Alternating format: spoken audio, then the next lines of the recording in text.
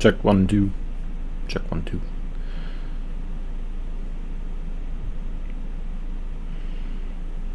It's picking up something pretty loud right now. Just the AC unit, I think.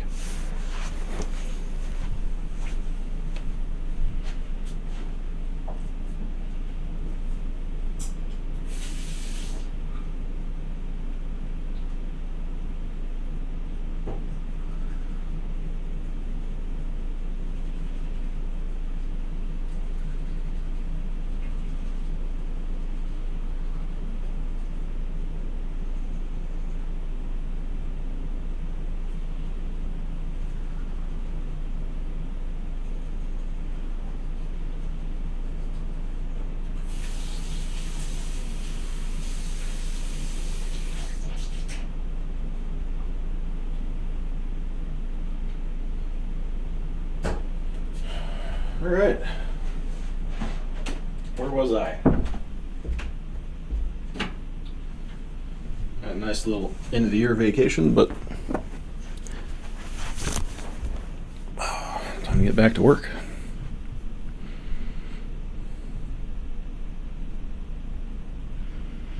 Back to leisurely study is what I mean. And work.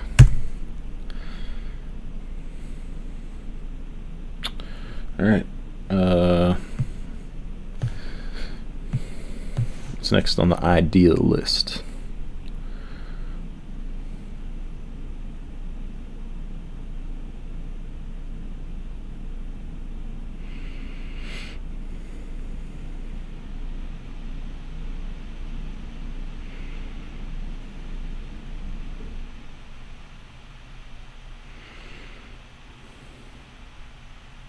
At some point, I'm just gonna have to start picking ones, whether I'm interested in it or not.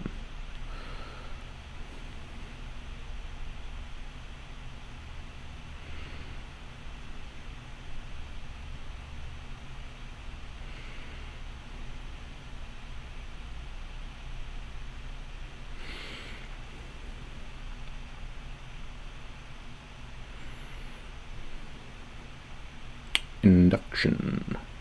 I don't even know what that means.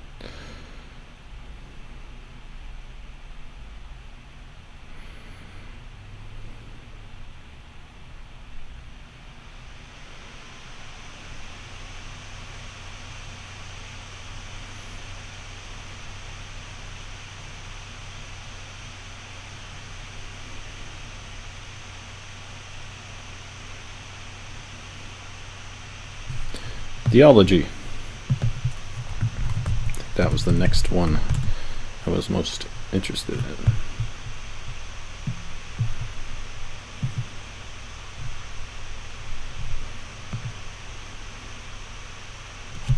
I know the green screen looks like shit, but I don't think I can do much better than that with the lighting situation, and I need a better camera.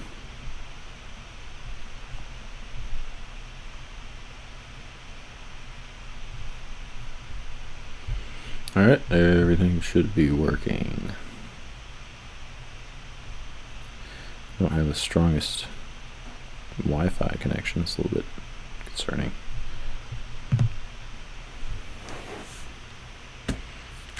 So left side, I think, is volume 1. Theology is on the right side.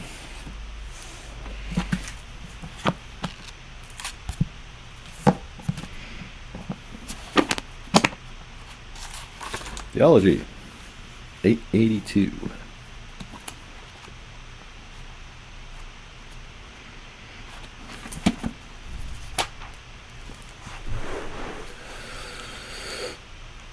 Oh, that's right, I forgot.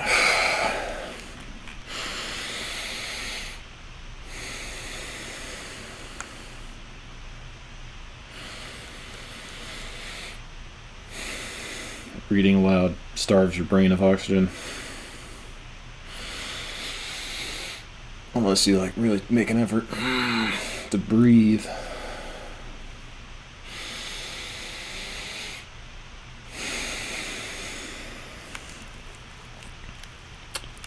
Chapter 92, Theology, Introduction. It has seldom been disputed that the questions with which theology deals are critical significance for all the rest of human knowledge.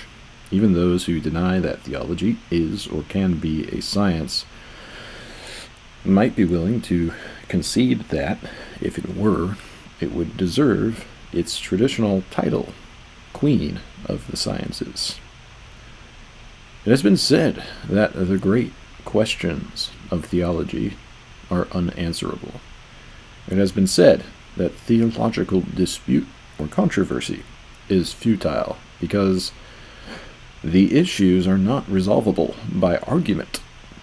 But it has rarely been asserted, or even implied, that our outlook would be unaltered and our actions unaffected if we could know in any degree the answers to questions concerning the existence of the supernatural and its relation to the visible world of nature.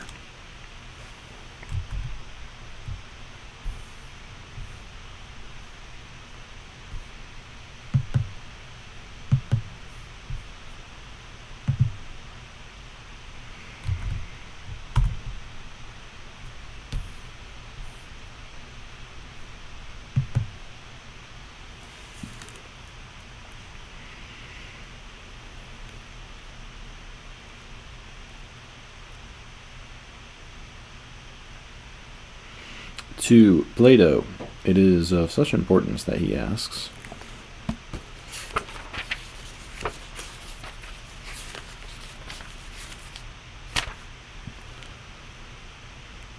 who can be calm when he is called upon to prove the existence of the gods? The main controversy, not in, but about theology, turns on the use of such words as knowledge and science for a discipline which, both in method and conclusion, seems compelled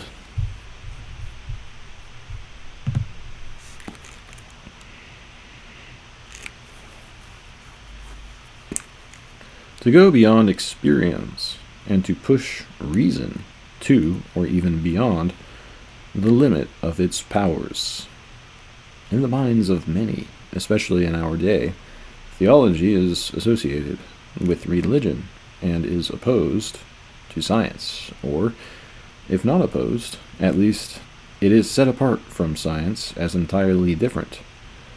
Those who conceive science as limited by its empirical methods to the investigation of observable phenomena might not quarrel with the allocation of theology to philosophy, but whether or not they did would in turn depend on their conception of philosophy.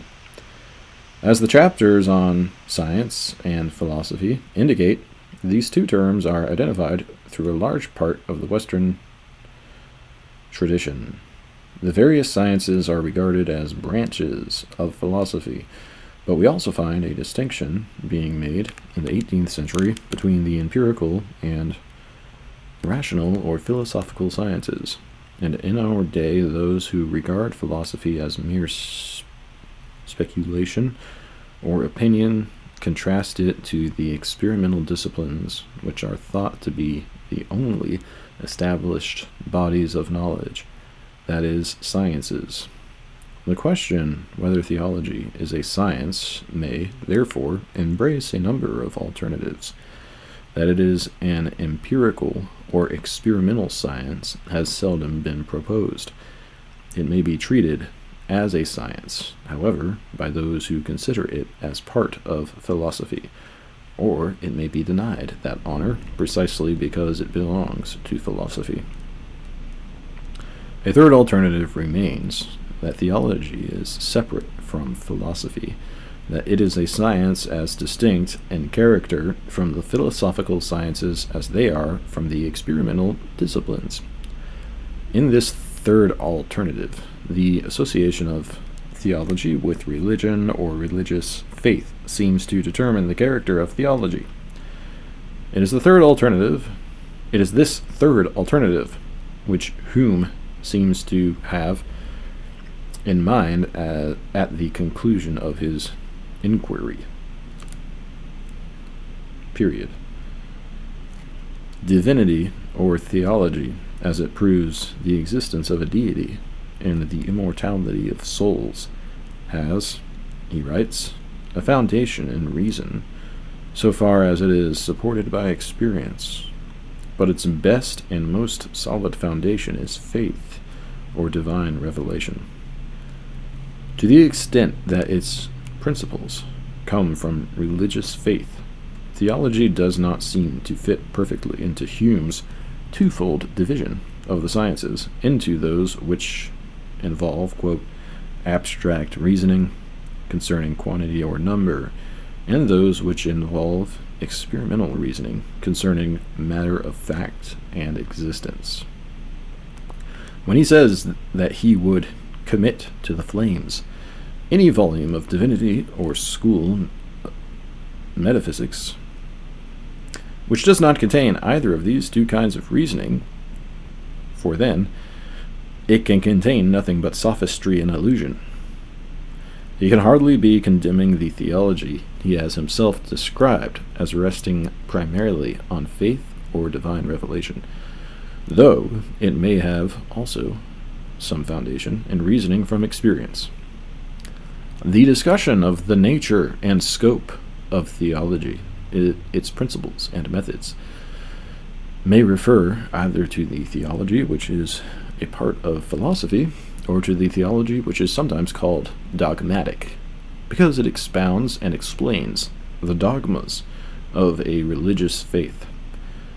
Furthermore, those who make the distinction between the two kinds of theology raise questions concerning their relation to one another. In so doing, they enter into the larger problem of the relation of faith and reason, and the limited part which reason can play in the development of a theology which rests on faith. The distinction itself is made by many writers and in diverse ways. The theology which is entirely philosophical and independent of any religious faith is usually called natural theology. The name sacred theology is given to a body of doctrine which finds its fundamental principles in the articles of a religious faith. The ultimate source of these articles of faith in Jewish, Christian, and Mohammedan theology is the truth revealed in a sacred scripture, the Old and New Testament of the Quran, for which, by interpretation, the articles of faith are drawn.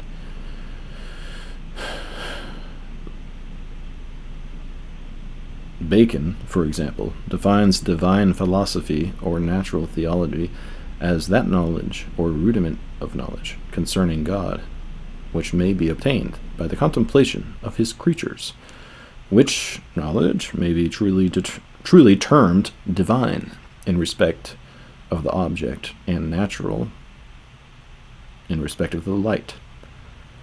The bounds of this knowledge are that it suffices to convince atheism, but not to inform religion. In contrast, inspired theology, or sacred theology, which in our idiom we call divinity, is grounded only upon the word and oracle of God, and not upon the light of nature. Kant makes a similar distinction when he says that theology is based either, quote, on reason alone, theologia rationalis, or upon revelation, theologia revelata.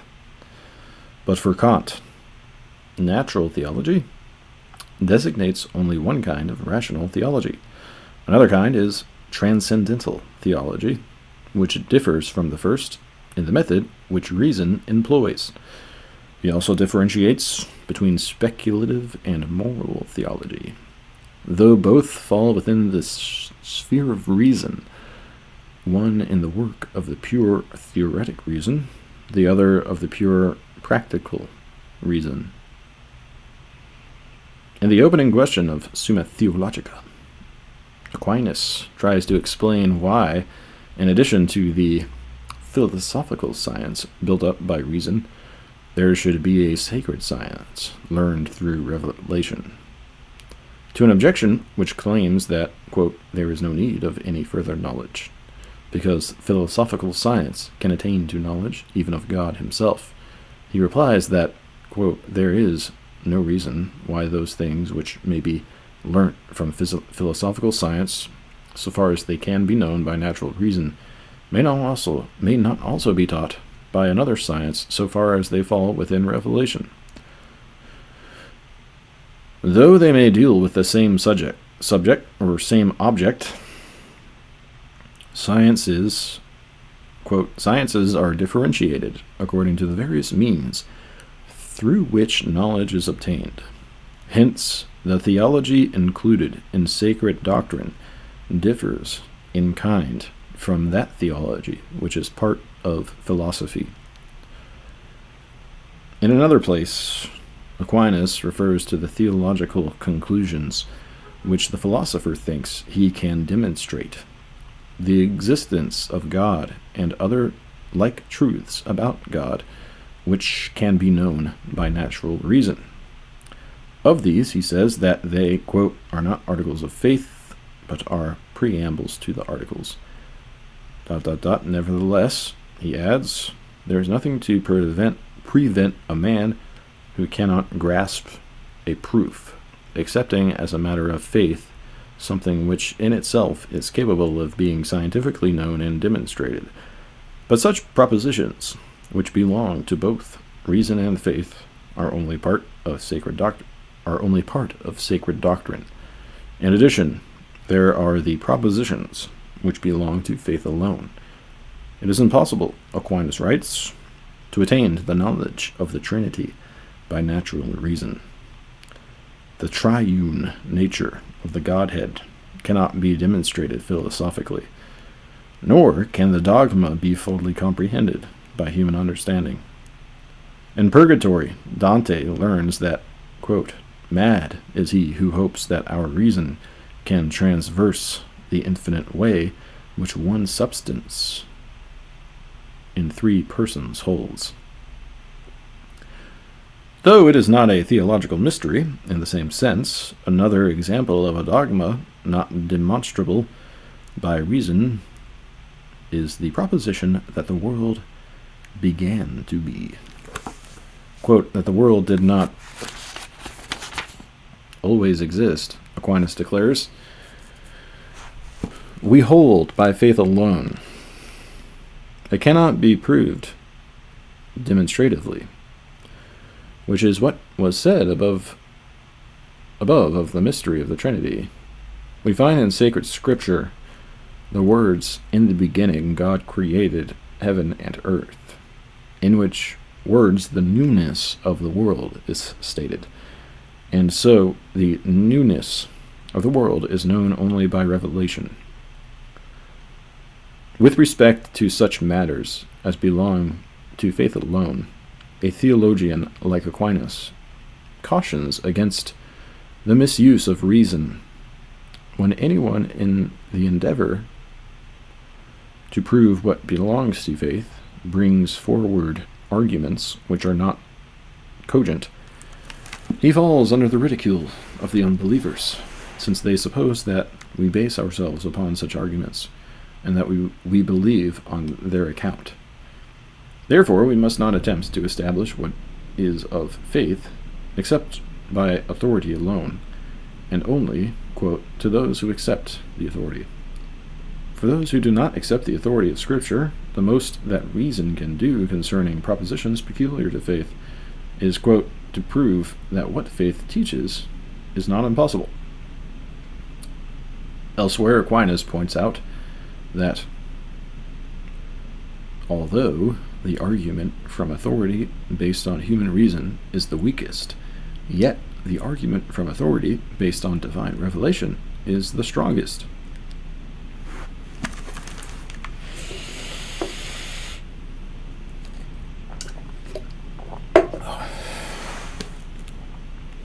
The foregoing throws some light on Montaigne's defense of a book by Raymond d'Ancebonde, bearing the title La Theologie Naturelle. Though he calls his work Natural Theology, d'Ancebonde, according to Montaigne, undertakes by human and natural reasons to establish and make good against the atheists all the articles of the Christian religion. What his opponents, quote, reprehend in his work is that Christians are to blame, to repose upon human reasons their belief, which is only conceived by faith in the particular inspiration of divine grace. Montaigne agrees that it is, quote, faith alone that vividly and certainly comprehends the deep mysteries of our religion. But he also thinks that it is, quote, a brave and very laudable attempt to accommodate the natural and human capabilities that God has endowed us with to the service of our faith.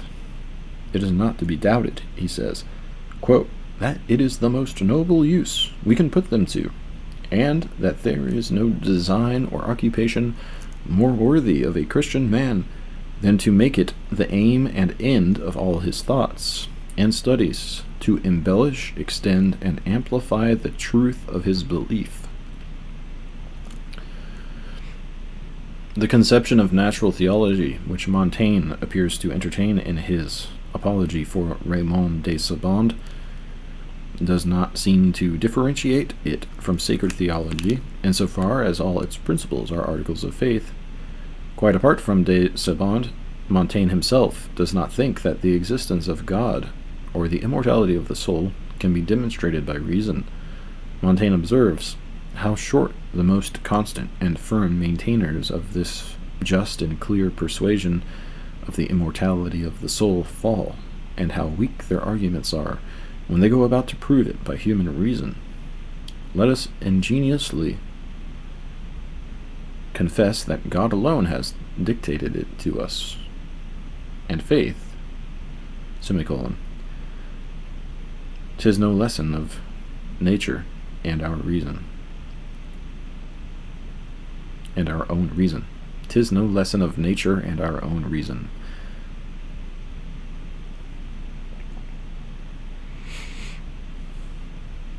I'd love to read Montaigne's writings, but they're in French originally.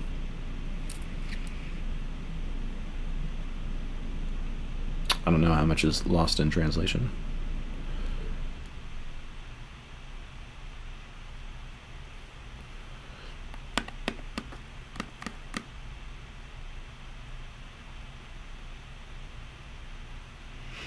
Sure. I'm sure it's probably still worth it to read in English.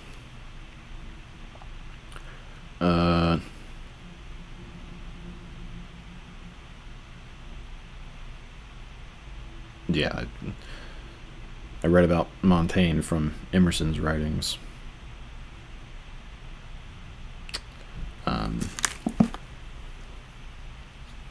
Maybe after this, maybe that's the first thing I try to study after all this. I should have a pretty good idea of what options there are, I would imagine. What other great books I might focus on are.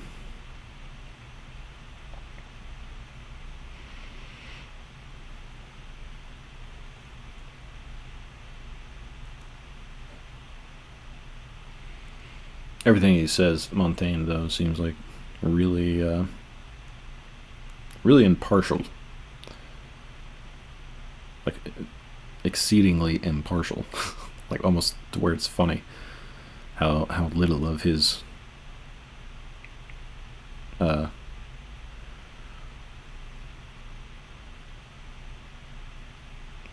point of view is like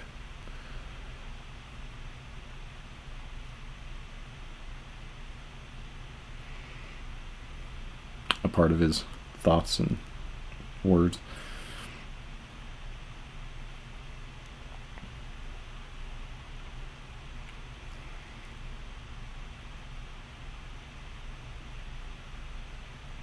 Makes you laugh for some reason, like a comedian. Like a comedian who's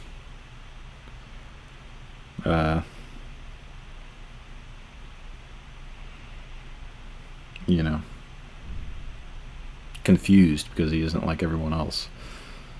And the irony of that.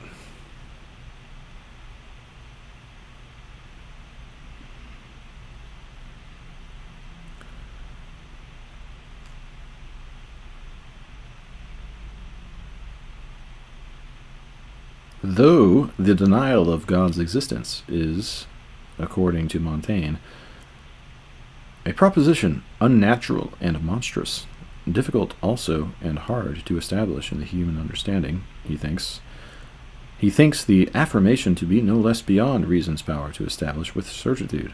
For all things produced by our own reasoning and understanding, whether true or false, are subject to incertitude and controversy.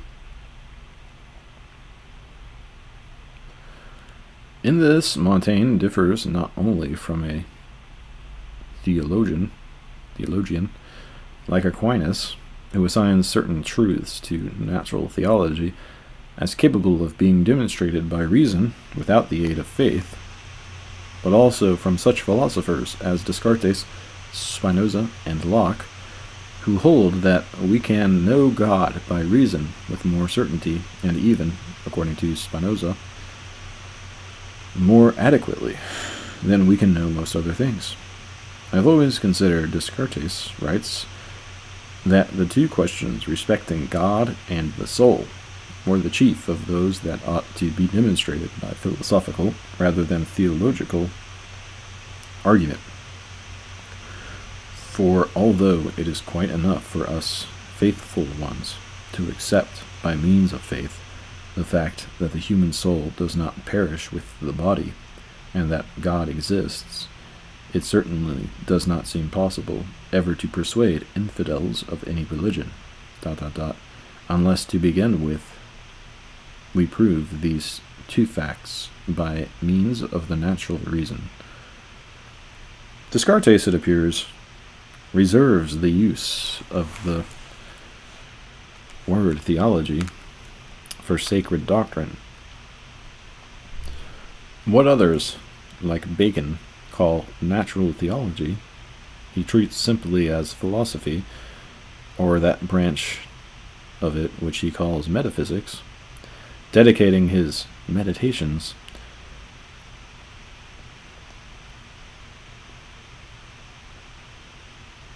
to quote, the dean and doctors of the sacred faculty of theology in Paris. He says, quote, I have noticed that you, along with all the theologians, did not only affirm that the existence of God may be proved by the natural reason, but also that it may be inferred from the Holy Scriptures, and the knowledge of him is much clearer than that which we have of many created things, and, as a matter of fact, is so easy to acquire that those who have it not are culpable in their ignorance. But Descartes wishes to confess the limitations of the mere philosopher's knowledge of God. When he came to inquire, quote, how God may be more easily and certainly known than the things of this world, no matter how much, quote, certainty and evidence I find in my reasons, he could not persuade himself, he says, that, quote, all the world is capable of understanding them. There are not so many in the world who are fitted for metaphysical speculations as there are for those of geometry.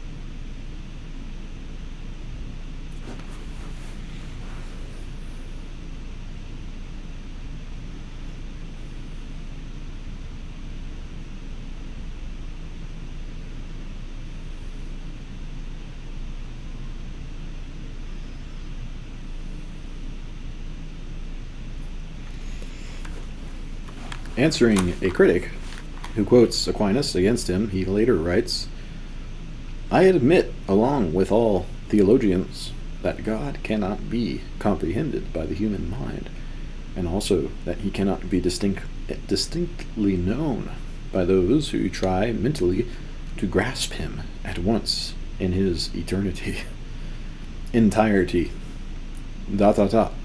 Whenever I have said that God can be clearly and distinctly known, I have understood this to apply only to this finite cognition of ours, which is proportionate to the diminutive capacity of our minds. So far as we have considered the distinction between natural and sacred theology, or between philosophy and theology, as it is made in the Christian tradition by writers conscious of the difference between faith and reason, or revelation and demonstration.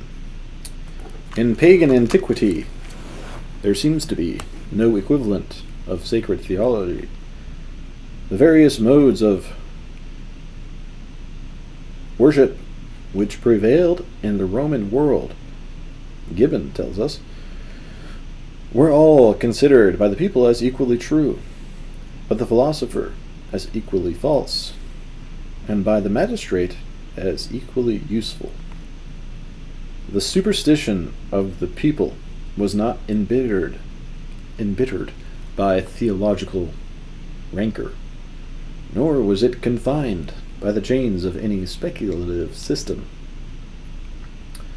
It was the elegant mythology of Homer, he says, not reasoning, which, quote, gave a beautiful and almost a regular form to the polytheism of the ancient world. Of the Greek philosophers, Gibbon remarks that, quote, they meditated on the divine nature of a very curious and important speculation, but only the Stoics and the Platonists, quote, endeavored to reconcile the jarring interests of reason and piety. Plato's criticism of the poets in the Republic for their impiety, and his rational defense of piety in the Laws, accompanied by a demonstration of the existence of the gods, may be taken as examples of ancient theological discourse within a religious context. Another example, and from quite another point of view, is Cicero's De Natura Deorum, which Gibbon praises as the best guide to the opinions of the philosophers concerning the tenets of polytheism. Edward Gibbon, of course, wrote The Decline and Fall of the Roman Empire. But neither Cicero nor Plato treats theology as a science. The ancient philosopher who does and who, moreover, regards theology as the highest of the speculative sciences, seems to proceed without reference to or benefit of prevailing religious beliefs. Aristotle dismisses, quote, the school of Hesiod and all the theologians who thought only of what was plausible to themselves.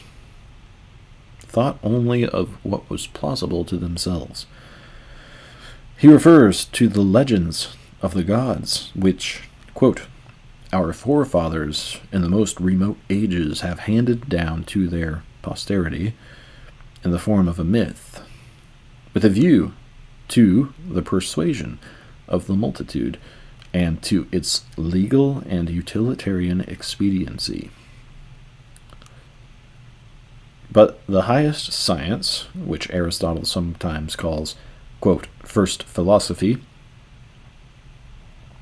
he also calls theology.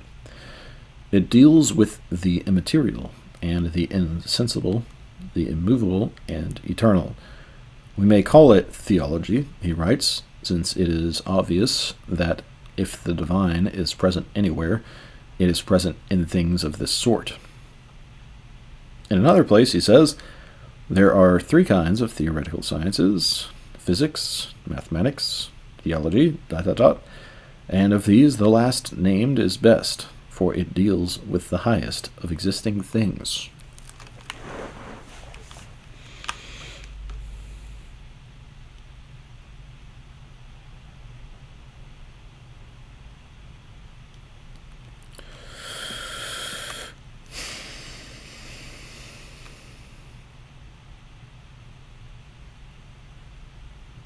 At the beginning of the Metaphysics, Aristotle gives another reason for thinking that theology is a divine science, for that it is divinely inspired, but that having the divine for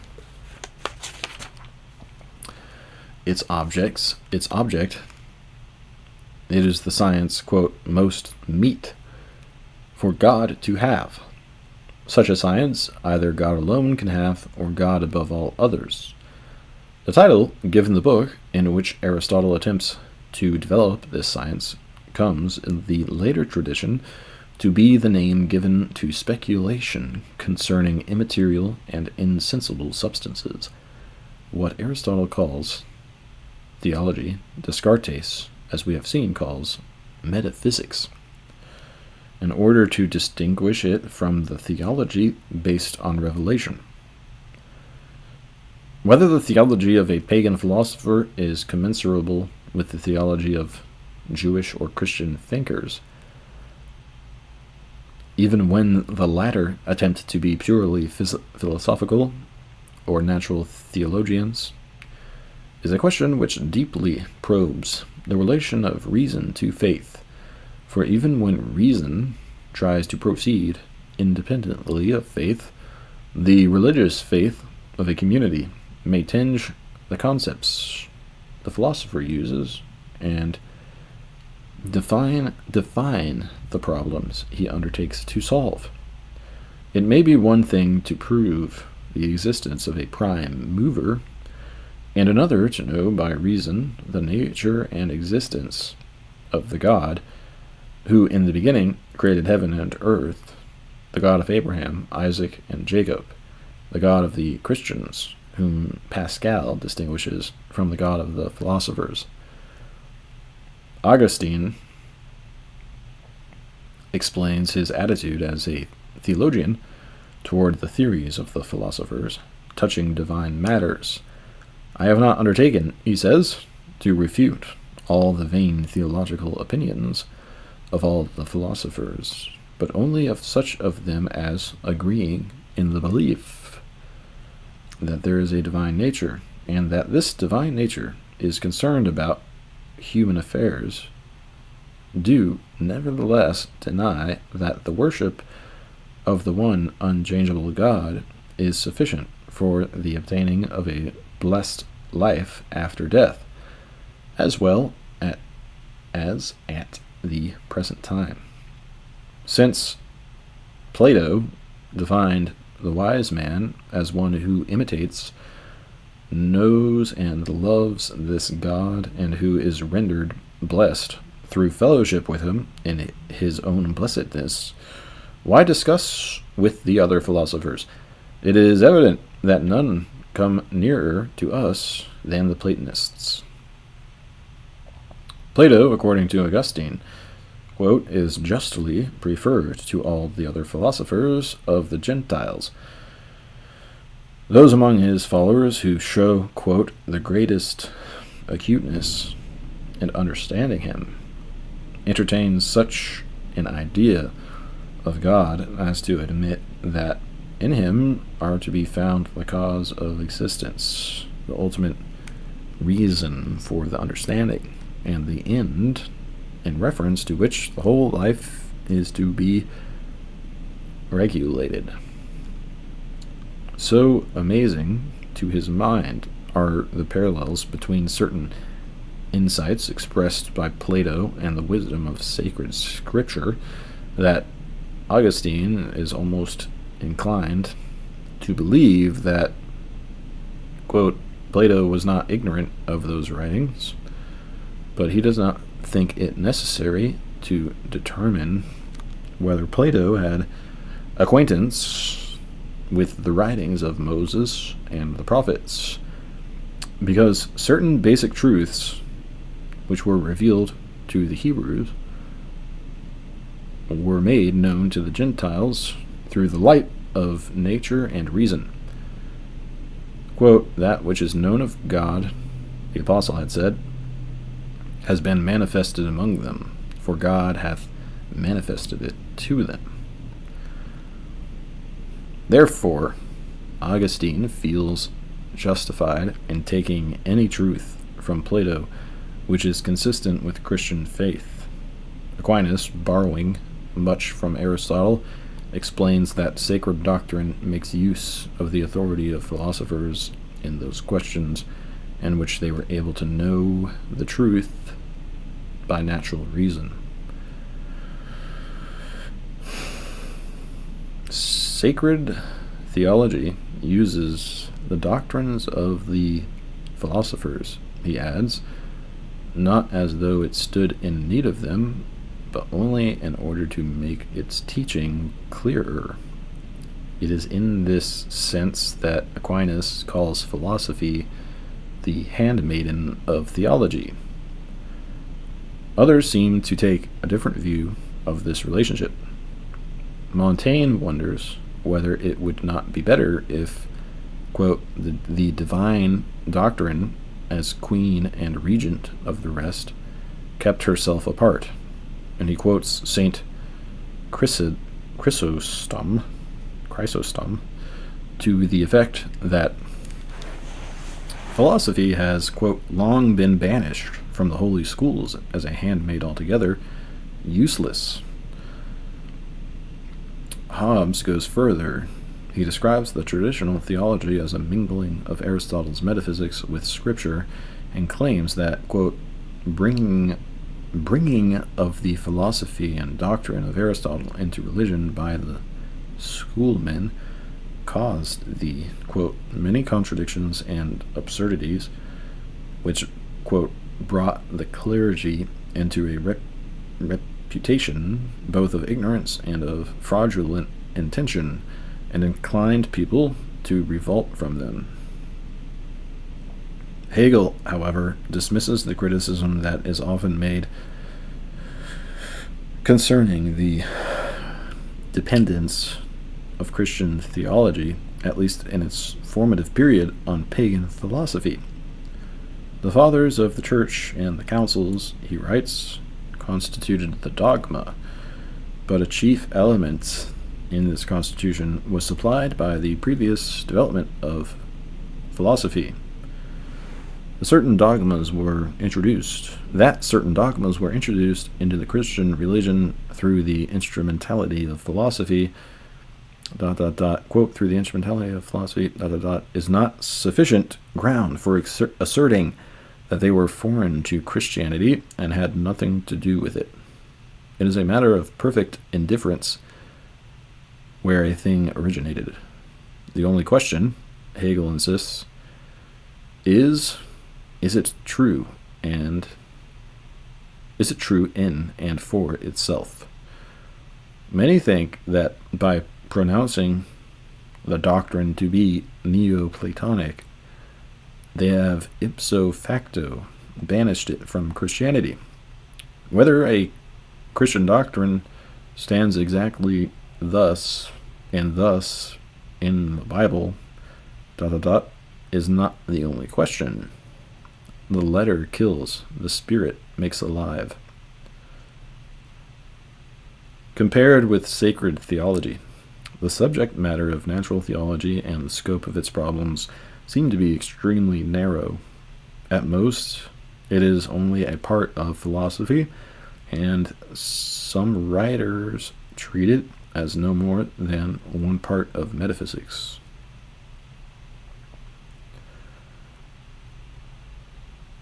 Kant, for example, divides metaphysics into three parts: theology, cosmology, and psychology. According to his conception of metaphysics as having, quote, for the proper object of its inquiries, only three grand ideas: God, freedom, and immortality. As a branch of transcendental speculation, theology is concerned primarily with the problem of God's existence. Similarly, Aristotle's metaphysical inquiries include more than his theology. His theology begins only after he has discussed the nature and being of sensible substances. It is stated mainly in Book 12 of the Metaphysics, where he considers the existence and character of immaterial substances and of the one purely actual being, which is God.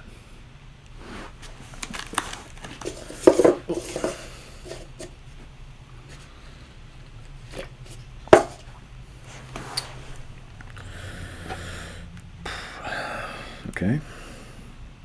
Descartes' conception seems to be broader, for he regards the immortality of the soul as well as the existence and nature of God as being characteristically theological problems, even when they are treated in metaphysics and by the methods of the philosopher. Because these two problems concern spiritual beings, Adam Smith also groups them together under the name pneumatics or pneumatology, which he identifies with metaphysics. The part of philosophy most emphasized is in the universities of Europe, which philosophy was taught only as subservient to theology. Bacon alone seems to separate natural theology entirely from metaphysics, which, along with physics, is for him a part of natural rather than divine philosophy. But though he would limit natural theology to that knowledge of God which can be drawn from nature and excludes attempts to induce from nature, quote, any verity or persuasion concerning the points of faith, he grants that natural as well as divine theology may treat of, quote, the nature of angels and spirits as, quote, neither inscrutable nor interdicted. The subject matter of sacred theology, or what he calls divinity, is, according to Bacon's account, much more extensive. He divides it into, quote, matter of belief and, quote, matter of service and adoration, and from these two derives the, quote, four main branches of divinity: faith, manners, liturgy, and government. The matter of faith contains, quote, the doctrine of the nature of God, of the attributes of God, and of the works of God. Under manners, Bacon lists the consideration of divine law and the breach of it by sin. Liturgy concerns the sacraments and rituals of religion. Government, the organization, offices, and jurisdictions of the Church. As its title indicates, the Summa Theologica of Aquinas endeavors to set forth the sum of theological knowledge. In addition to the topics and problems peculiar to sacred doctrine, the subject matters treated in the Summa seem to represent the whole range of human inquiry, almost coextensive with the scope of the natural sciences and philosophy, both speculative and moral.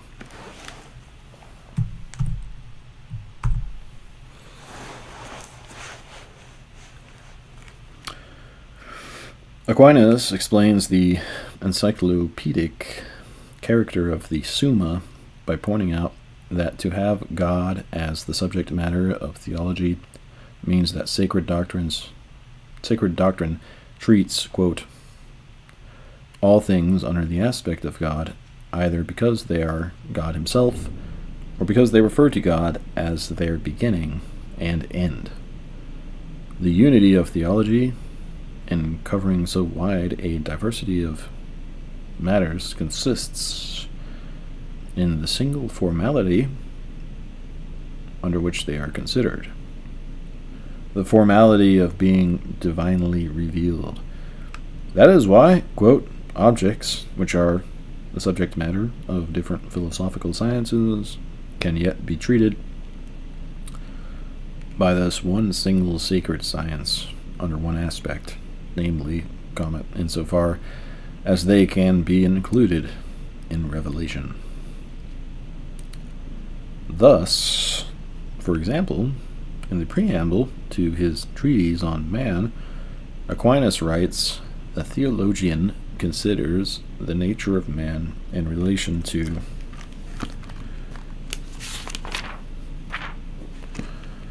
the soul, but not in relation to the body, except insofar as the body has relation to the soul." This emphasis is dictated by the articles of Christian faith, which concern man in both body and soul. Similarly, with respect to moral matters, Aquinas explains that the theologian considers human acts inasmuch as man is thereby directed to happiness, and he takes account of the circumstances of human acts because they may excuse from sin, quote, the consideration of which belongs to the theologian. It belongs to the theologian only when sin is conceived, quote, as an offense against God, but to the moral philosophers when it is conceived, quote, as something contrary to reason. It appears from the foregoing that sacred theology is both speculative and practical, or moral. It deals with the nature of divine things and with human acts, but with the latter only so far as they have God for their rule or end. Although among the philosophical sciences, Aquinas writes, some are speculative and others practical, sacred doctrine includes both. Even though it is made on the level of the philosophical sciences, Kant's distinction between speculative and moral theology seems to be based on a different principle. For Aquinas, the speculative and the practical parts of theology deal with different problems, such as God, the Trinity, creation, and the angels on the one hand, and beatitude, the virtues, divine law, sin, grace, and sacraments on the other. But for Kant, both speculative and moral theology deal with the problem of God's existence. They differ only according to the manner in which the theoretic and practical reason undertake to solve this problem.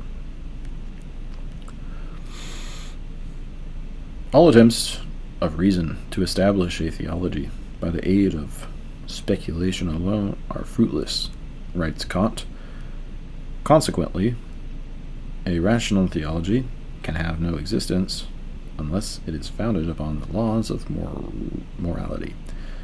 The postulates of pure practical reason, of immortality, free will, and the existence of God all proceed from the principle of morality, which is not a postulate, but a law by which reason determines the will directly.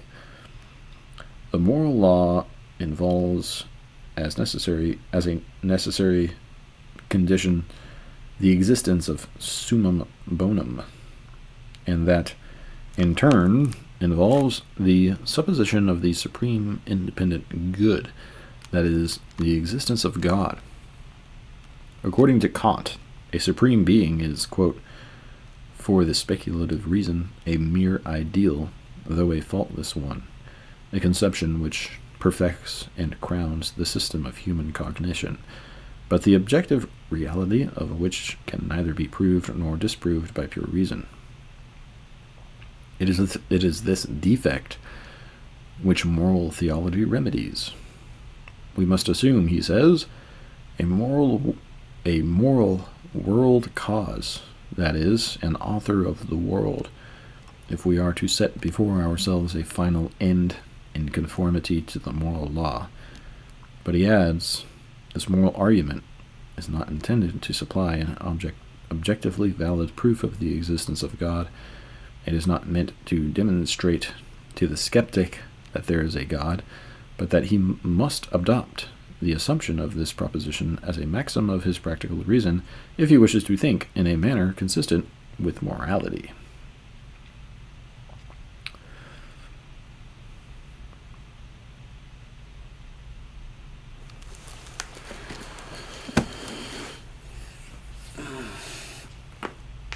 I think it's funny to me how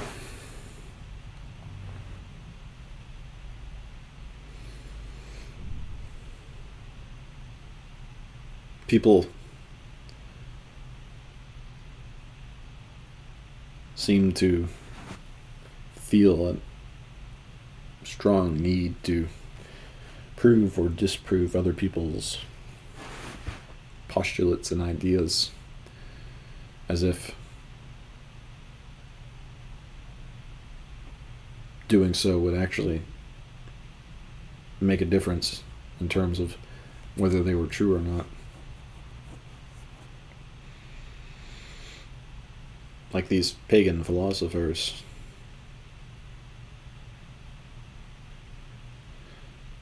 You know.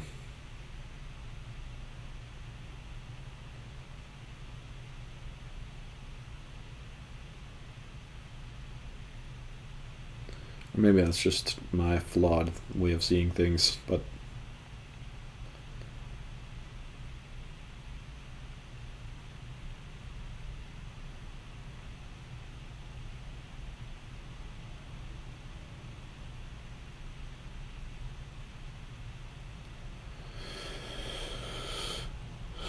they're just men like any other man who ever lived.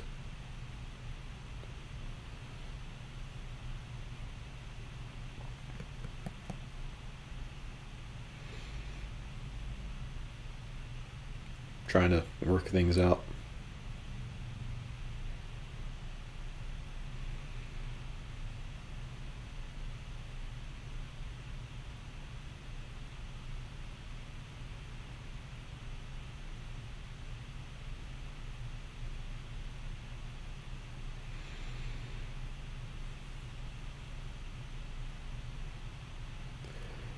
With only themselves and the people around them as a real guide.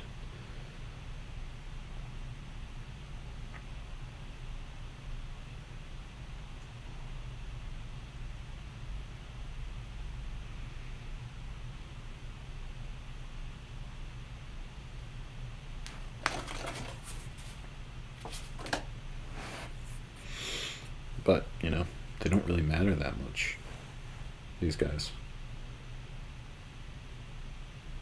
Whether they were right or wrong, or whether you could prove or disprove what they said.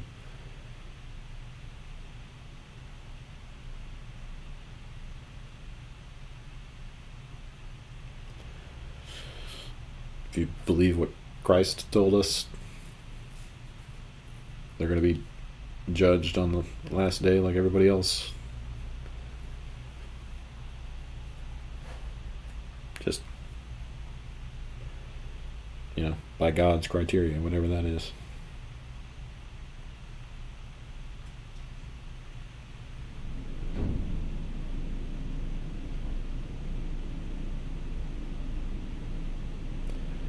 Or Christ's criteria, if you believe that.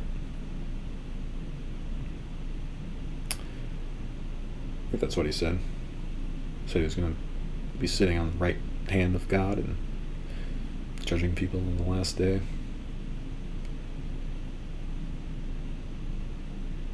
Burning them up with the chaff or saving them in the barn.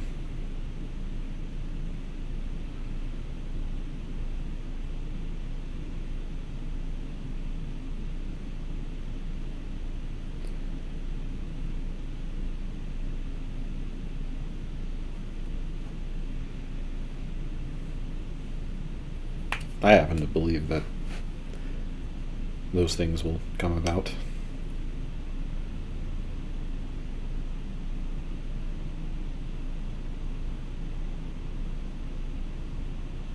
In this world, this creation that we exist in. Because why would somebody make stuff like that up? It's like terrifying, kind of terrifying, like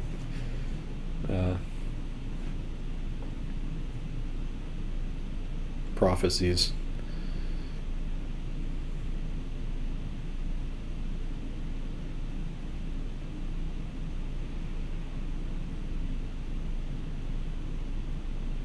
About the nature of reality. God.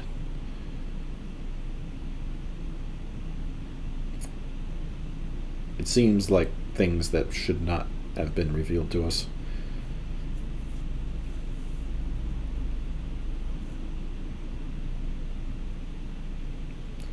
Or that we weren't meant to know.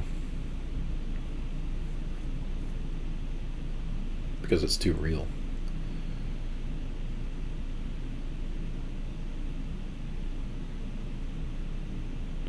It's kind of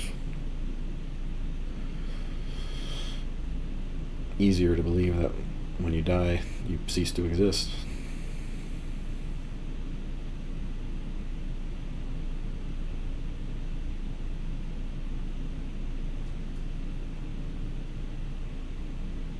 Same way you didn't exist before you were born.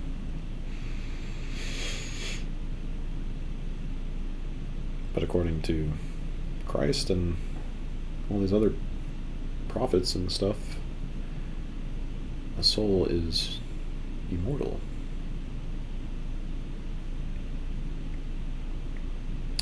But can be destroyed by God. And will be destroyed by God for a lot of people. Most people. That's what Christ said. If you believe it. If you believe it, that's what he prophesied.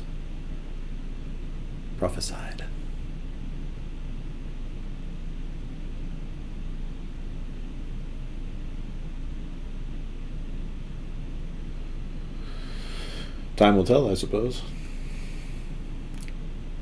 Or it won't.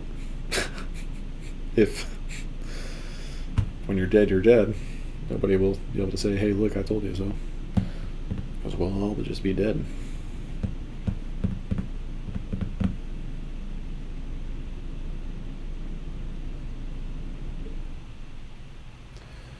But I think personally, I've sort of gotten over the dread of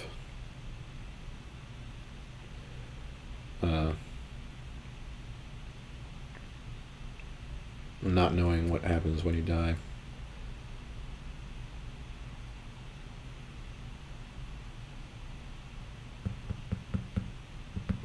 I don't think the answer to that is convincing yourself you're gonna be fine. But rather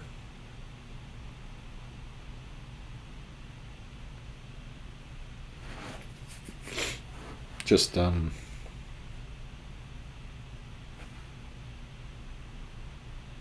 letting God deal with what he wants to do with you.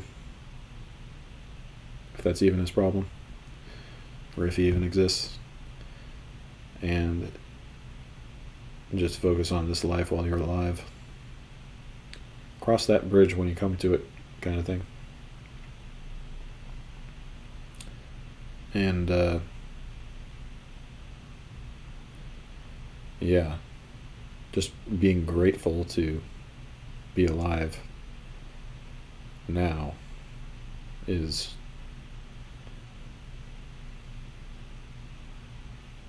while you are alive, is going to be a lot more useful than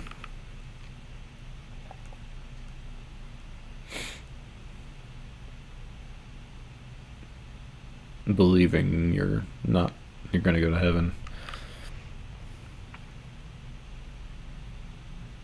Although believing you're going to go to heaven is probably a pretty useful thing too. Pretty good thing to believe in. Whether or not it's true. Whether or not it ends up being true. I think when people say heaven, they don't even really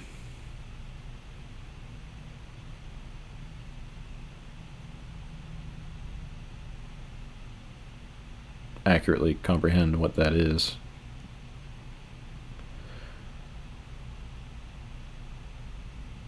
If it does exist.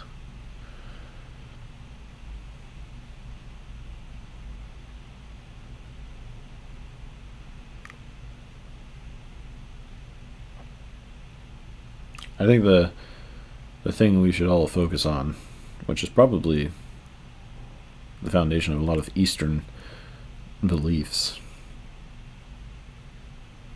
from my studies, and what you could say is manifested in Christ and what he did with his life is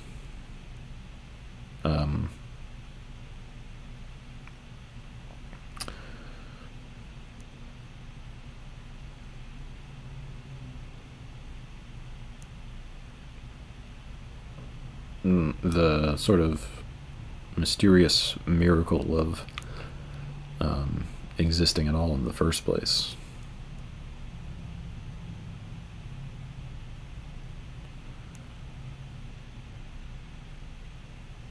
Sort of meditating upon that. Something that nobody can deny.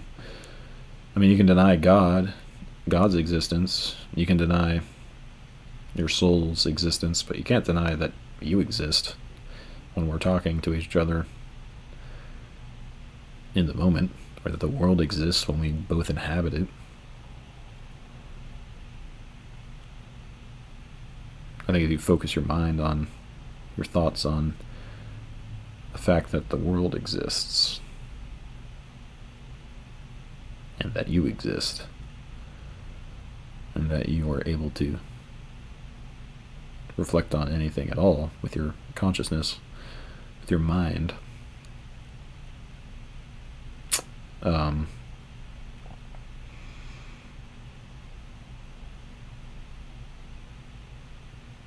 you get a lot out of that as a human being. If you let yourself see that it is pretty amazing that anything exists at all. I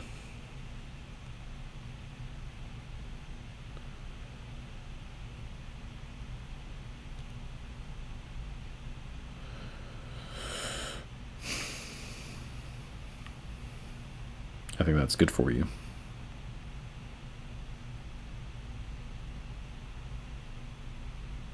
Lets you live better.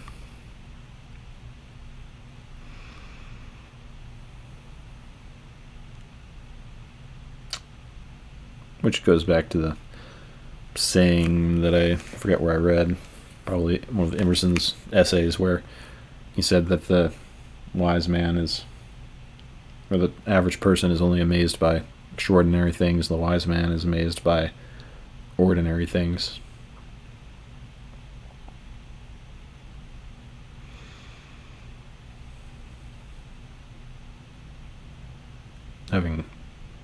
Having the wisdom.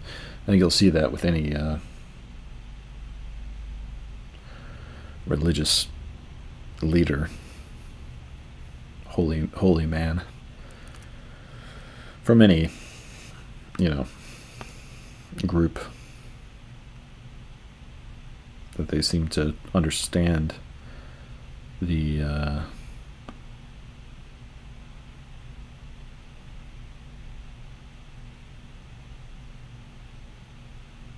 magic of reality.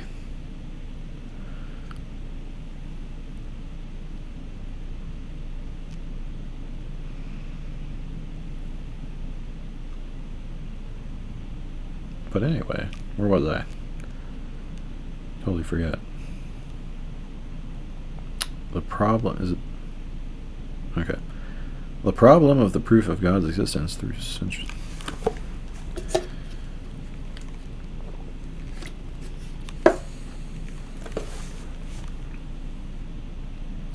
Be as content... What was it? Something from James Allen's book.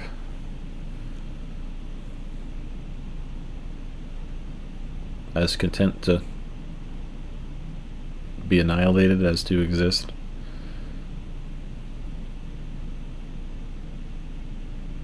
Sort of the Zen or the Buddhist type of mindset. As long as God is in his heaven, everything goes well.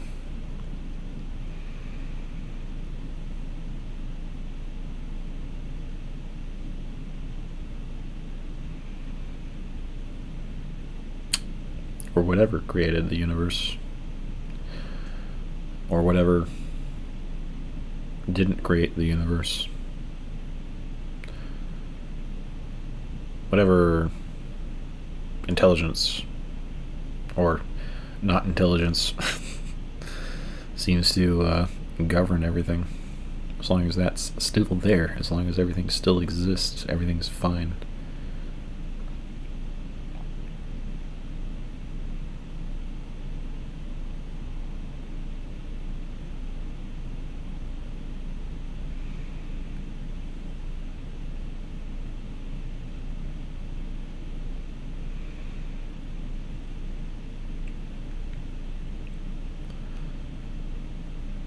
So it's a developing your mind to have inner peace based on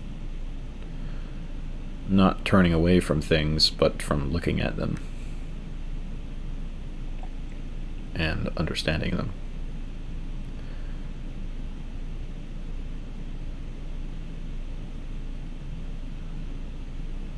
You shouldn't be afraid of the truth. You should want to know it.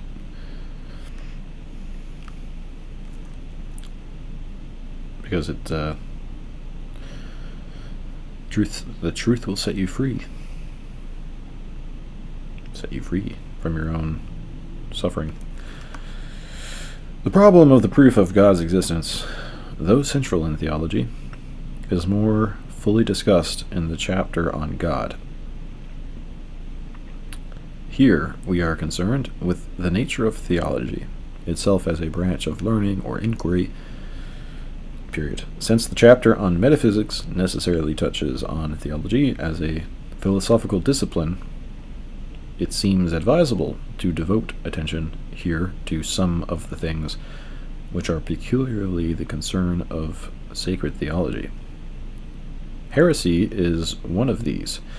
A scientist or philosopher may be criticized for his errors, but only a theologian, only the man who tries to explain some article of faith, can be called a heretic in the strict sense of that word, according to his view of the relation between church and state. Hobbes defines heresy in political terms. Heresy, he writes, is nothing else but a private opinion, obstinately maintained, contrary to the opinion of the public person, i.e. the sovereign, quote, has commanded to be taught, period. But according to Pascal, quote, none but God was able to instruct the church in the faith. And so, quote, it is heresy to resist the decisions of the faith, because this amounts to an opposing of our own spirit to the Spirit of God. But he adds, quote, it is no heresy, though it may be an act of presumption, to disbelieve certain particular facts, because this is no more than opposing reason. It may be enlightened reason to an authority which is great indeed, but in this matter is not infallible. The aspect of choice, of obstinately preferring one's own opinion against a superior authority, is emphasized by Aquinas, but he adds the specification that heresy is a corruption of Christian faith, a species of unbelief in which the heretic defies the authority of the Church, choosing, quote, not what Christ really taught, but the suggestions of his own mind. He quotes a statement by Augustine that we should not accuse of heresy, quote, those who, however false and perverse their opinion may be, defend it without obstinate fervor, and are, quote, ready to mend their opinion when they have found the truth, because they do not make a choice in contradiction to the doctrine of the Church. It is not the falsity of the opinion which makes it heresy, for until the point of faith has been defined by the authority of the Church, theologians may differ and even be in error without being heretical.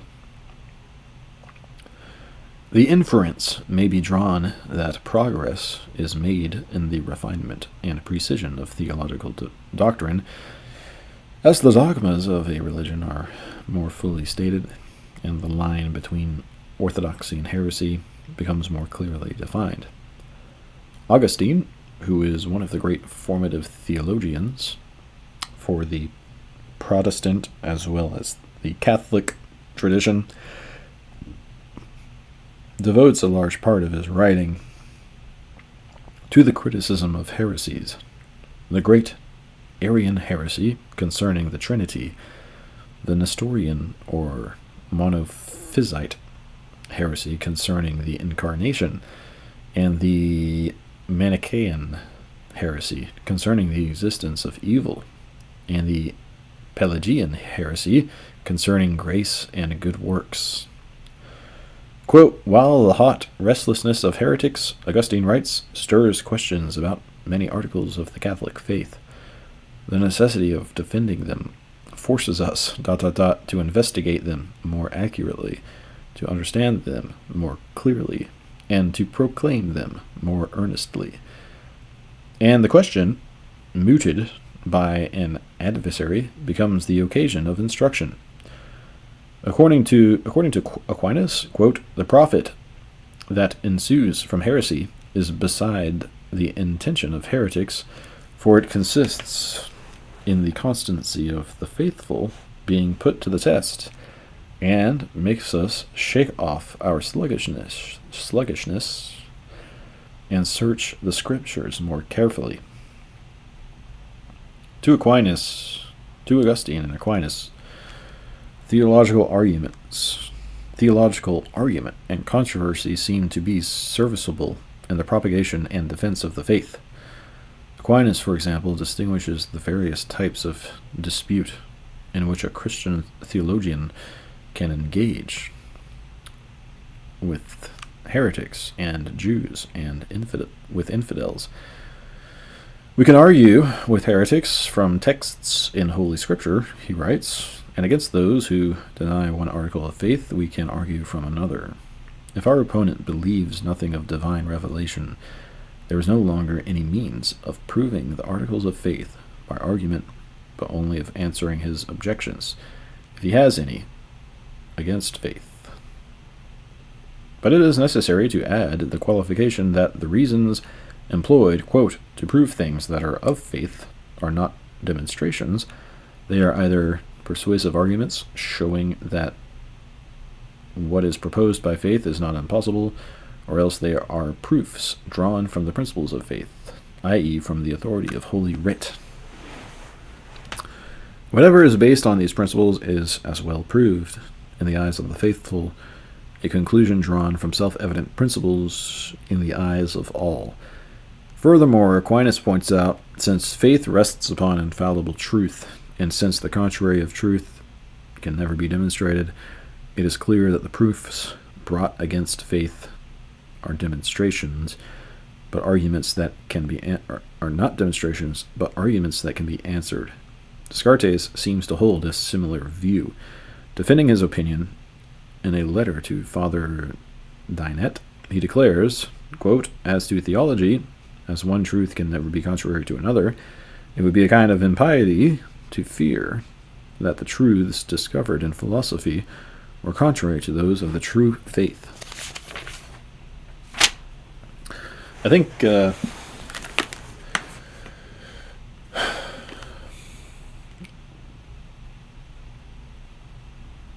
what's important to understand is that this isn't some theoretical story or theoretical abstract thought experiment we're talking about here. This is, like I said, the nature of reality, the actual world that we're a part of. It's not, it's not make believe. It's not make believe. It's not fiction. I think that's why people who are poor and people who have kind of hard lives, they're especially familiar with the fact that they live in a world. They live in a real world. Something about pain makes you understand the reality of the world, the realness of it. Pain and want. And I think that's why Jesus talked about how, blessed are the people who have hard lives in all these various ways. Because it forces you to understand that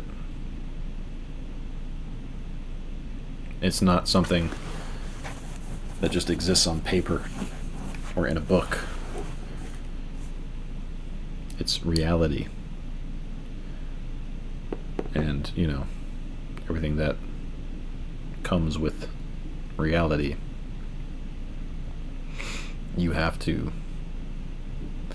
you're obligated to face.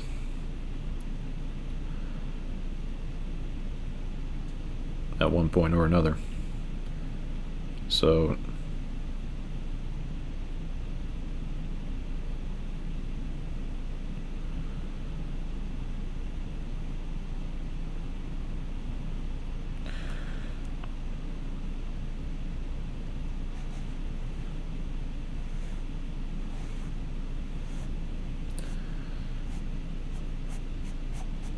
that's what theology, I think, is about. It's about understanding the truth, because we sort of seem to need to, one way or another.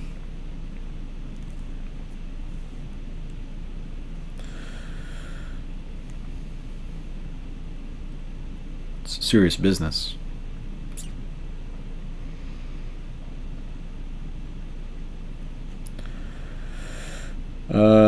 A somewhat contrary view of the relation of faith and reason seems to be taken by Locke. Whatever God hath revealed, he says, is certainly true. No doubt can be made of it. This is the proper object of faith. But whether it be a divine revelation or no, reason must judge.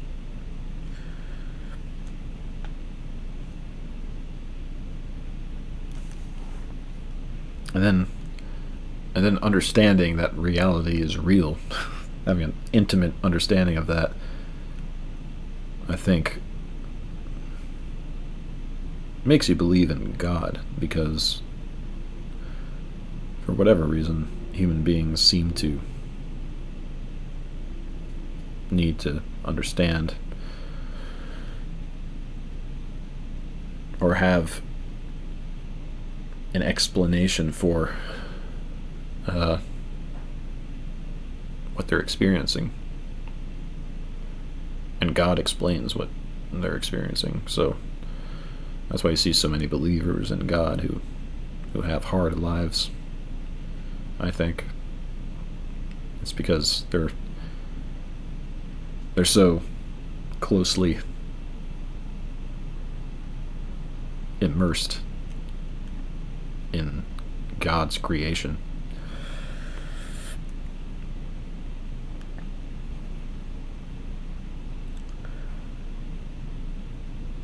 It's easy to say, yeah, God probably doesn't exist, when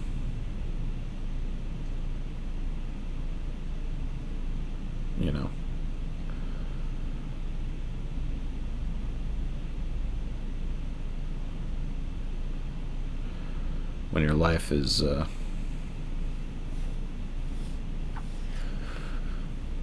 sort of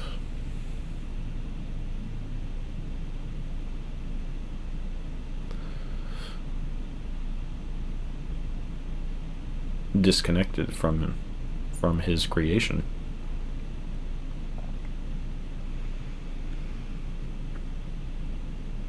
You don't feel the connection there between the world and God.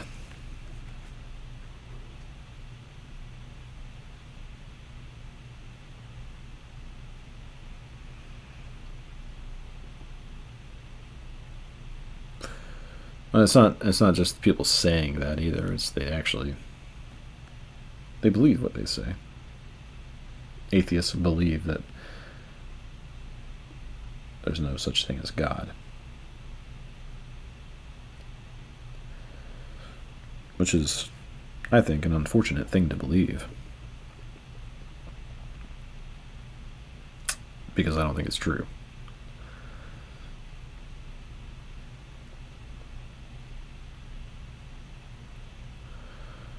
And then you're the one that's convincing yourself of a fairy tale. At that point, you're the one that's living in denial.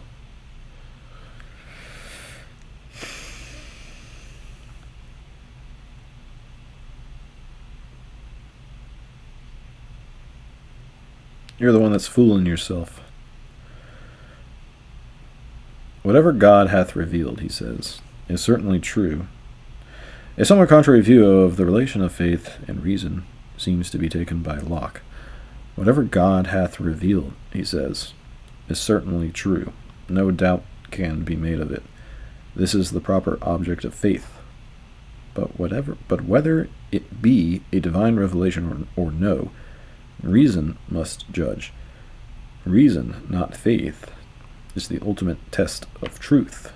In theology, as in philosophy, reason must be our last judge and guide in everything.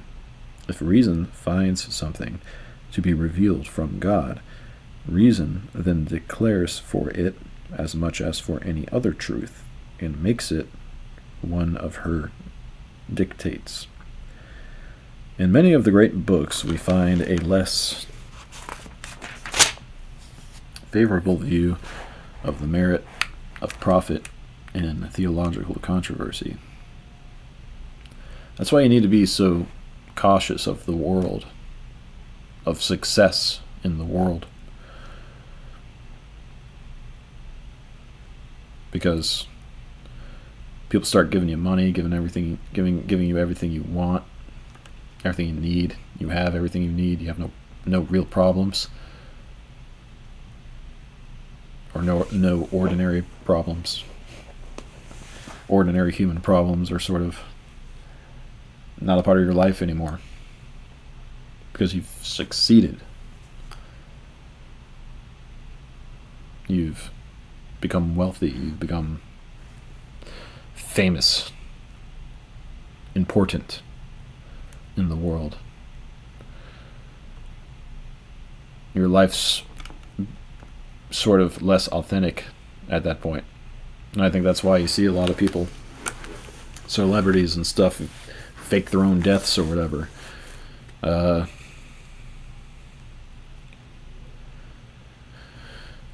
Because they realize, shit, I kind of screwed things up like this. The world fame and fortune makes life too easy. And it becomes too complex. You can't see clearly, what the right thing to do is anymore, because you have all these people telling you you're so great, or that you can't make any bad decisions, trying to gain your favor, whatever. You have to be careful of the world. The world can... Being an ordinary person is a great blessing that people take for granted. Because it allows you to live authentically.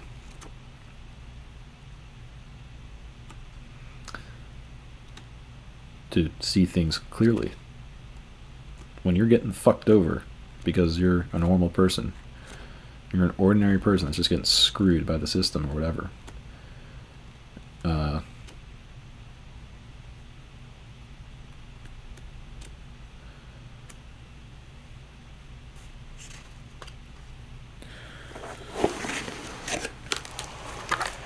it's easier for you to live in such a way that's good for your own soul.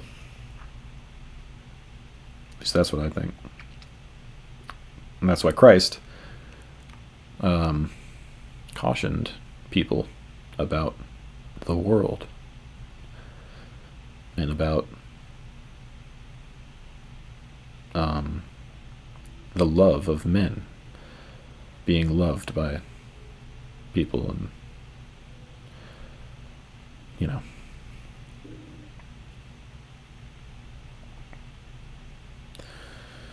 being wealthy in the human society, being important.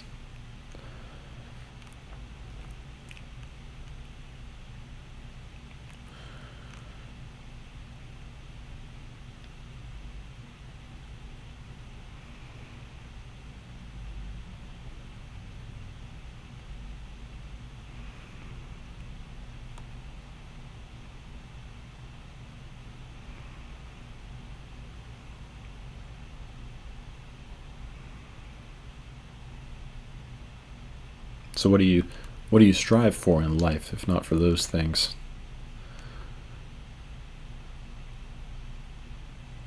That gives purpose to a lot of people. Being the best, being at the top of the food chain, being famous, being wealthy, being the most important,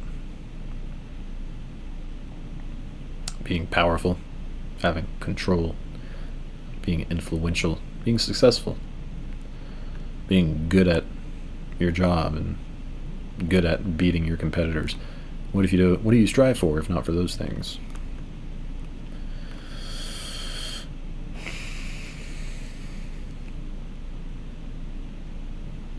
How do you have purpose in your life if you aren't striving after those things that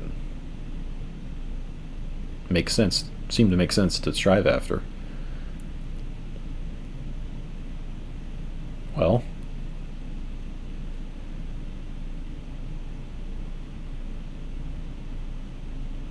Christ talked about doing God's will, doing God's work, and having a reward in heaven instead of here on earth. You strive after understanding. Strive after wisdom. Wisdom is understanding what God's will is. And then you strive after the strength and will to do God's will. Strength and courage and resolve. and then you're rewarded for that. God rewards you openly for that. Do God's will in secret, and He rewards you openly. So wisdom is the most valuable thing you can have, more than anything else. That's why I read these books. And also, mastering yourself.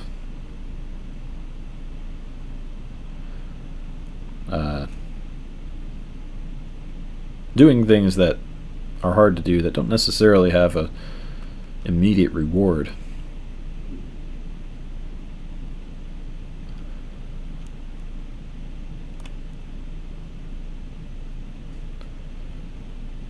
Mastering your bad habits.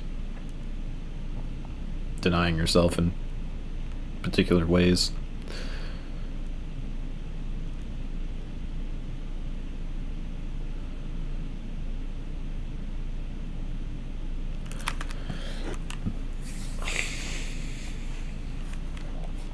That gives you greater perception, I think, and understanding. And a lot of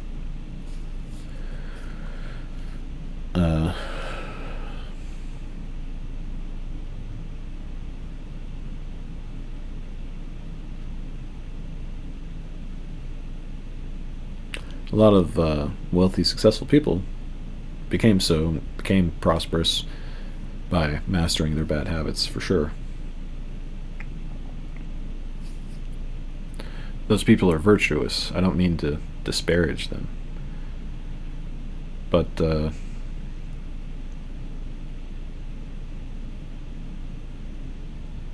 if we're talking about the teachings of Christ, what I would call the highest wisdom,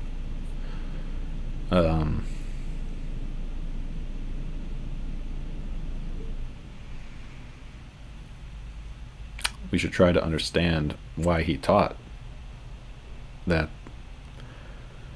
it's easier for a rich man to pass a camel to go through the eye of a needle than for a rich man to enter the kingdom of heaven.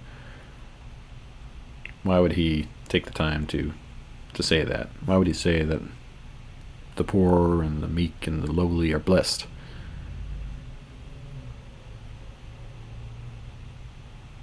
Why would he say it's better to give than to receive?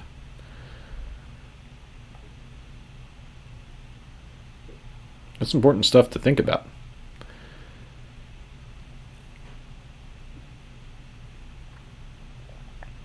Because what's good for your,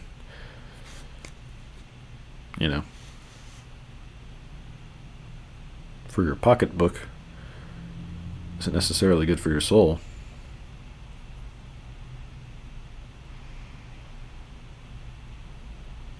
It's good for your bank account. It's always good for your heart.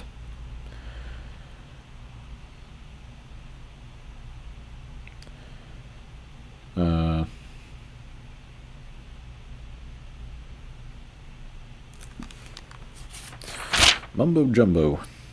A somewhat contrary view of the relation of faith and reason seems to be taken by Locke. Whatever God hath revealed, he says, is certainly true. No doubt can be made of it. This is the proper object of faith. But whether it be a divine revelation or no, reason must judge. Reason, not faith, is the ultimate test of truth. In theology, as in philosophy, reason must be our last judge and guide in everything.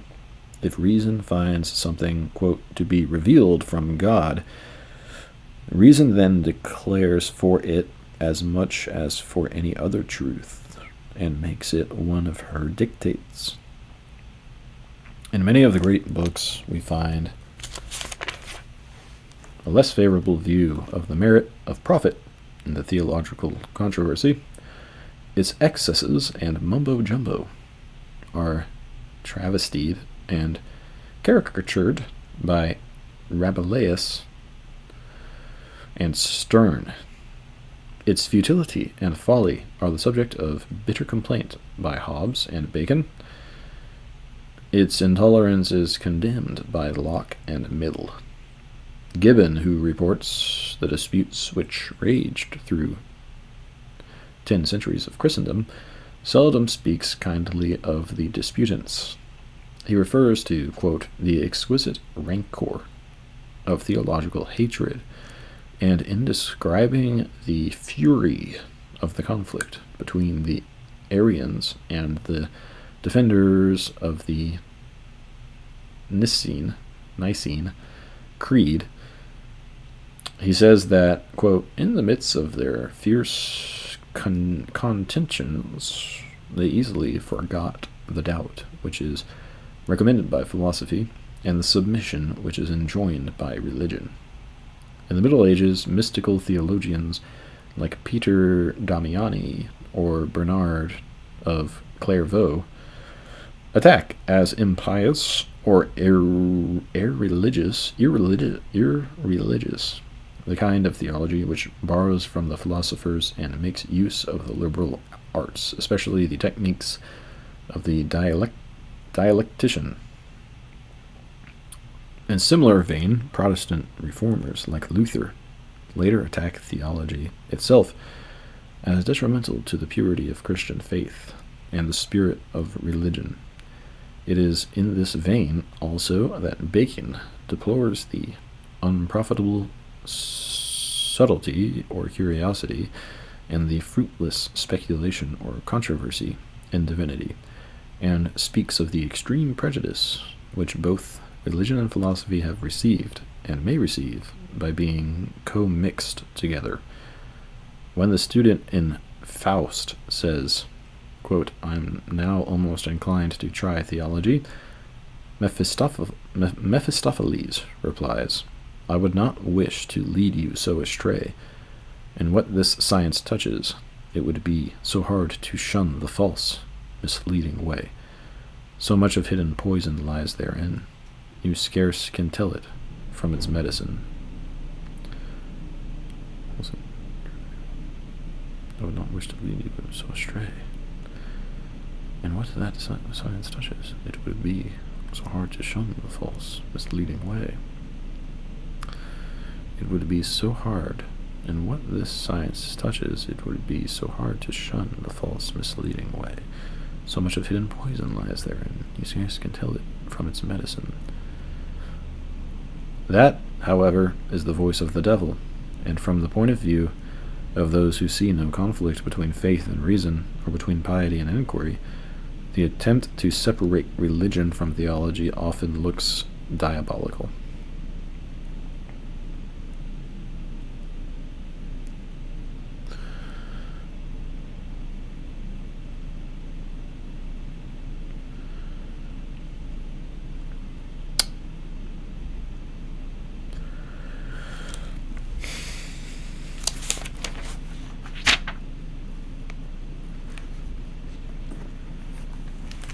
Alrighty, cross theology off the list.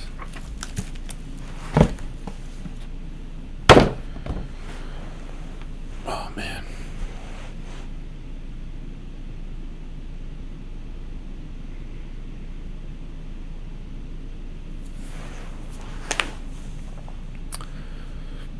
Temptation is more dangerous than coercion, if you ask me.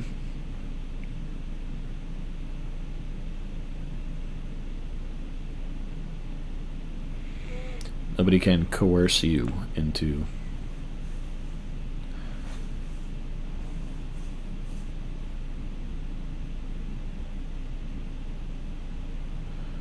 taking the easy way out, but they can tempt you to it.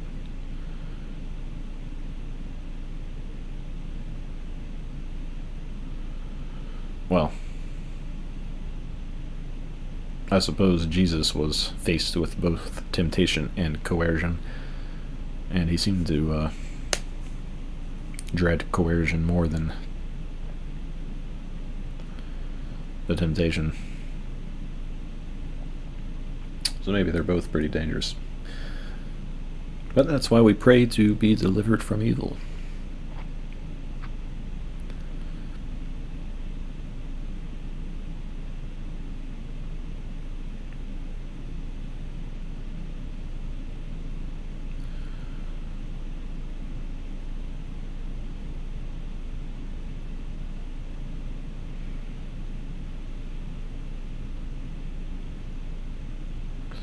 Because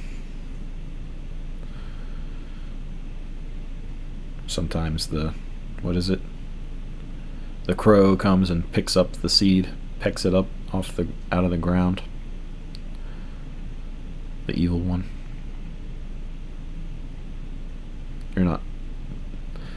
Most people are not strong enough to resist that.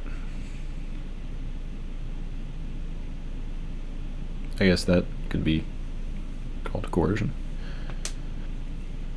or temptation.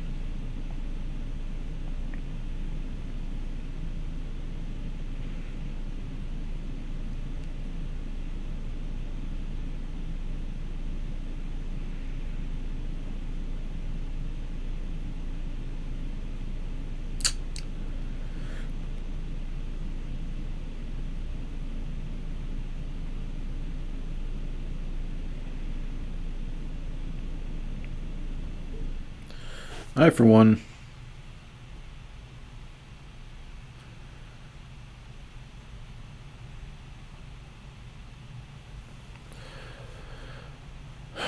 I don't believe in making people afraid.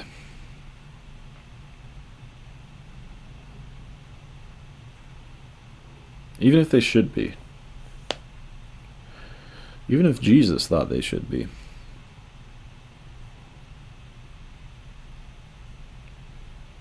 I don't believe in making people afraid. People like making people afraid. It makes them feel significant, I think. I think the better thing to do for people is to comfort them, genuinely. And you could see Jesus doing both. I don't think Jesus ever really... I guess he did do both. He struck fear into people's hearts. But he also told them, be of good cheer, at various times. Maybe it's just when he was in a bad mood, he would get kind of negative.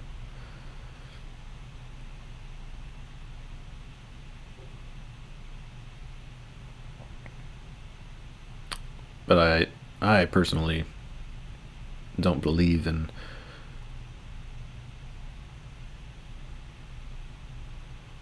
worrying. I think worry is a vice. Worrying is a vice. It's a bad habit that people indulge in.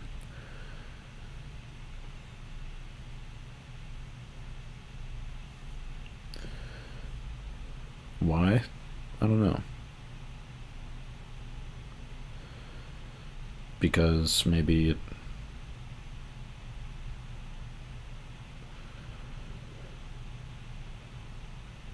absolves them of other obligations.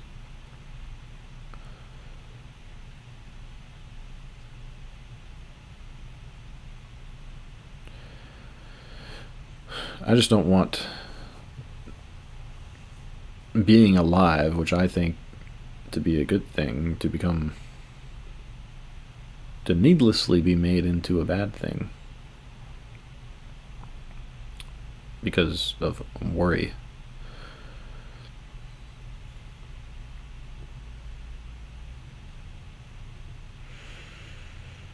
At the end of the day,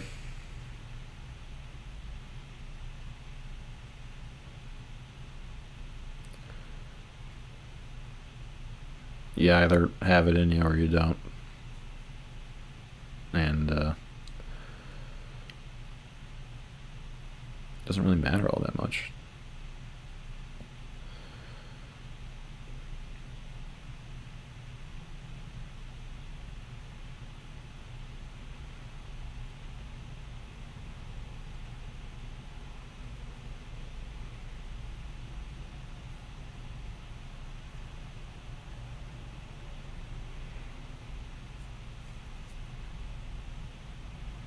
things are going to go down the way God wants them to, and that's it. Or not.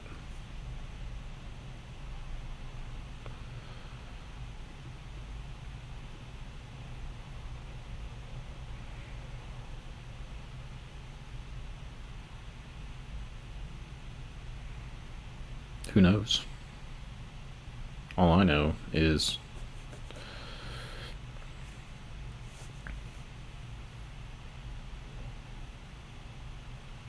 I'm not going to let myself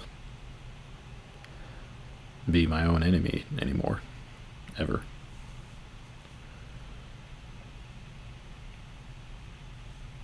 And I think that's good advice for anybody.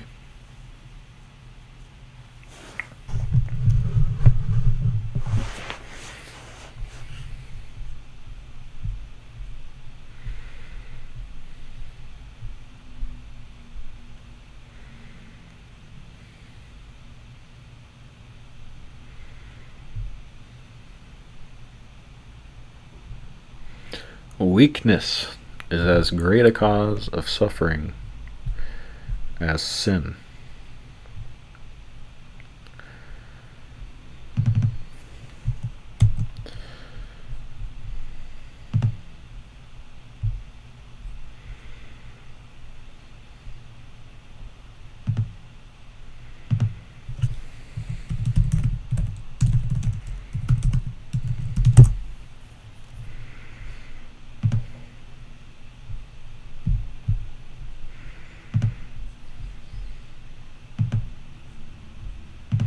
Apply formatting.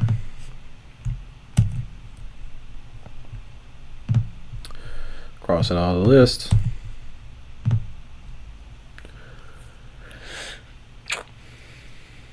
What next? What do I want to do next? Language might be good.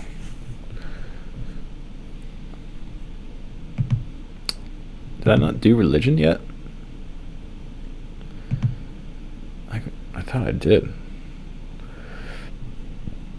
Let me check the playlist.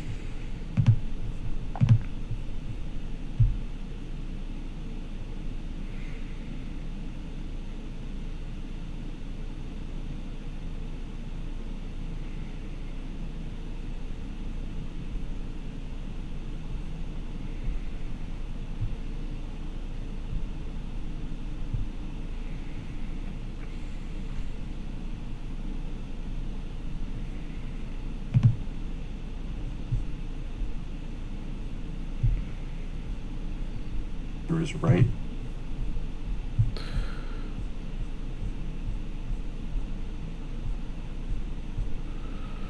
I don't think I did. I don't think I have done religion.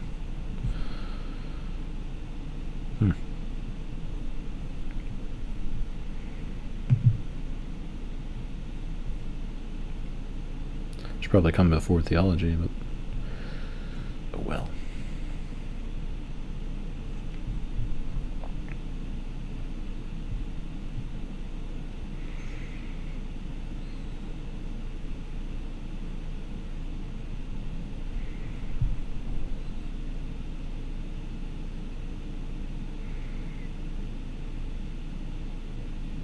Well,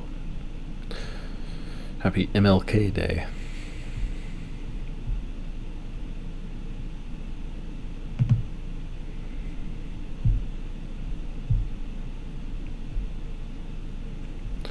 There's a guy who died for righteousness.